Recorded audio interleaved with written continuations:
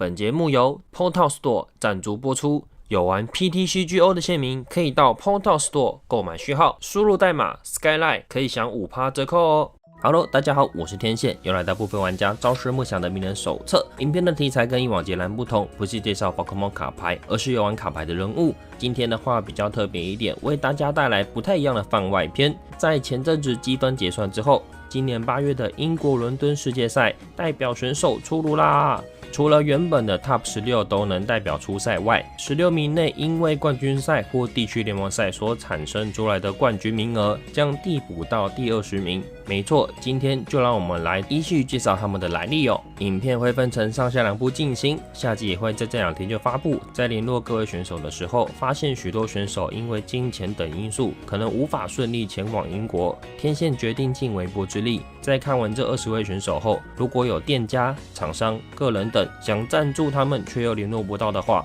可以私讯我的 FB 粉专，天线将会协助你联络到当事人。如果想出一份力，但不知道要赞助谁的话，也可以参考他们常驻的地区或店家等来决定。那么我们接着来开始吧。Number 20，陈宏维。中文 SN 第一弹入坑，常驻的店家为高雄桌游洋行、松梅桌游铺，擅长的牌型是超牌，对，就这么简单。代表战绩有2021台中 RL 16强，2022台湾冠军赛8强。这20位选手的资料中，他可说算是最少的，只知道第6名的杨林旭都会拍胸脯跟我讲说这是哈麻吉。听说每次大赛选牌都给了他不少建议哦，甚至照片都是小杨杀去找他拍的。似乎对于超属性情有独钟，几次大赛的选牌也都围绕着超梦及梦幻。Number 19，陈诗堂。Open 开房间餐酒馆的老板大大，中文 S8 会有艺术入坑，是这次台湾代表的选手中排龄最为年轻的。常驻地区有自家的餐酒馆以及大安风桌游，擅长的牌型为铝钢龙 MiMax， 代表战绩有2022台中 TL 冠军，2022台湾冠军赛8强。刚入坑时有被间接取笑是白石新手，将这感觉留在心中，使他面对新手时都特别友善，想极力改善卡牌圈这个环境。我自己是因为双奶轩斗局而认识了他，有几部影片都是跟食堂借场地来拍摄。另外除了宝可梦卡牌外，也常玩德州扑克，根据手牌跟牌库的期望值来判断出牌的顺序。因为经营餐酒馆的关系，在卡牌店关门后，各路选手常往这里聚集。德州扑克的思维加上广善结缘，使他第一次参加城市联盟赛就获得了冠军，并造就了他未来的铝钢龙之路。Number 18，李直立。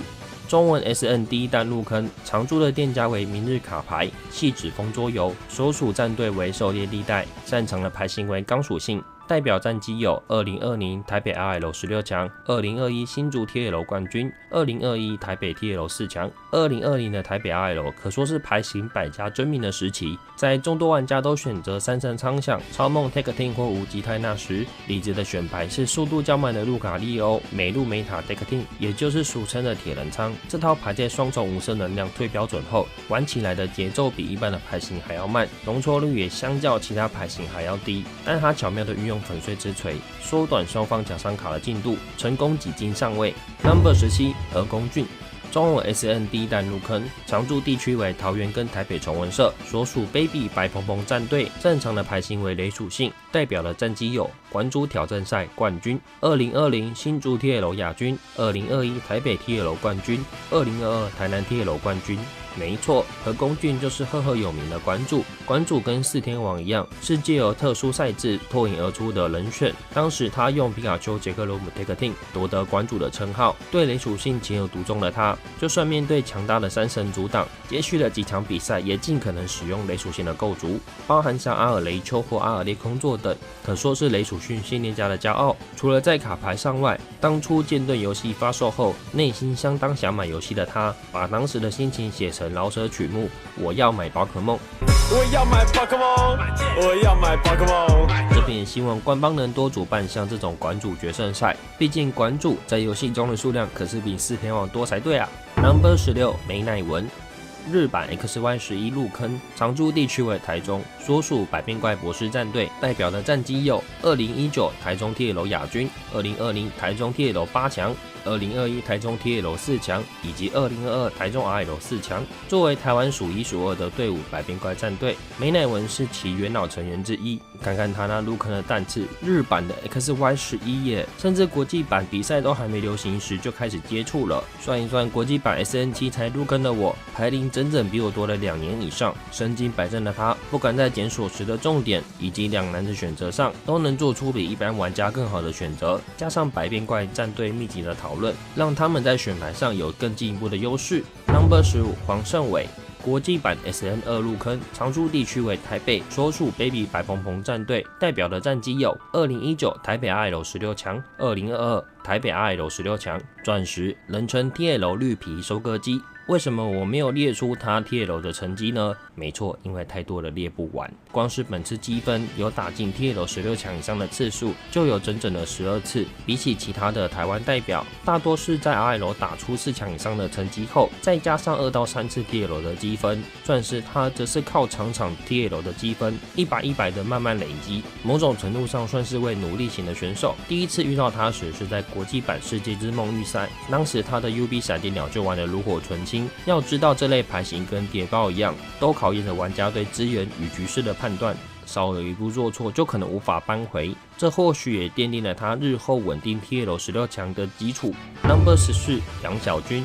国际版 SN5 入坑，常驻地区为台中排排站，所属排排战队，擅长的牌型为雷属性及谍报，代表的战绩有2021台北 TL 亚军、2022台中 TL 4强、2022台湾冠军赛31名。之前有看过第一届卡本华丽大赛影片的话，对小军应该不陌生哦，是位相当喜爱皮卡丘的台中训练家，对皮卡丘的喜爱，甚至到了一张卡会收满1页9张的地步，也成了一位实实在在的雷属性玩家。选牌的方面，大多较为稳定拿取资源的牌型，对谍报的资源掌握十分自信。这次世界赛也刚好是谍报最后一个赛季，希望他有好的发挥。Number 13陈怡轩，国际版 SN7 入坑，常驻地区为台北 Carmaster， 所属金锤战队，擅长铺场顺利、技能稳定的牌型，代表的战绩有关注挑战赛亚军、2022台湾冠军赛亚军。来到了老玩家们熟悉的狗狗，是众多男性代表中的一点红。前面有一只超可爱的狗狗，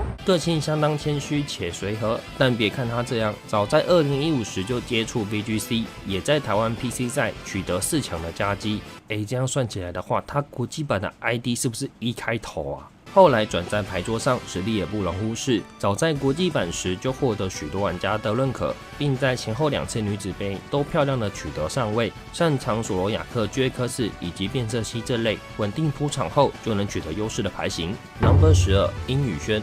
中文版 SN 第一弹入坑，常驻地区为台北，所属百变怪博士战队，擅长反主流牌型，代表的战绩有2020台北 RL 亚军、2022台中 RL 冠军。殷宇轩也是一位相当沉稳的选手，虽然最喜欢的宝可梦为乌贼王，但这张蒂安西最能代表他取得 RL 冠军的辉煌。喜欢并擅长反主流牌型，思考环境里的牌型，进而去调整构筑。例如2020台北 RL 亚军时的超超梦，甚至2022台中 RL 冠军的大剑鬼 V-Star。或许这类 T2 的牌型在许多人眼中难以驾驭，但经过他与队员之间的不断微调，先后2次 RL 都证明了自己。Number 11徐静伦。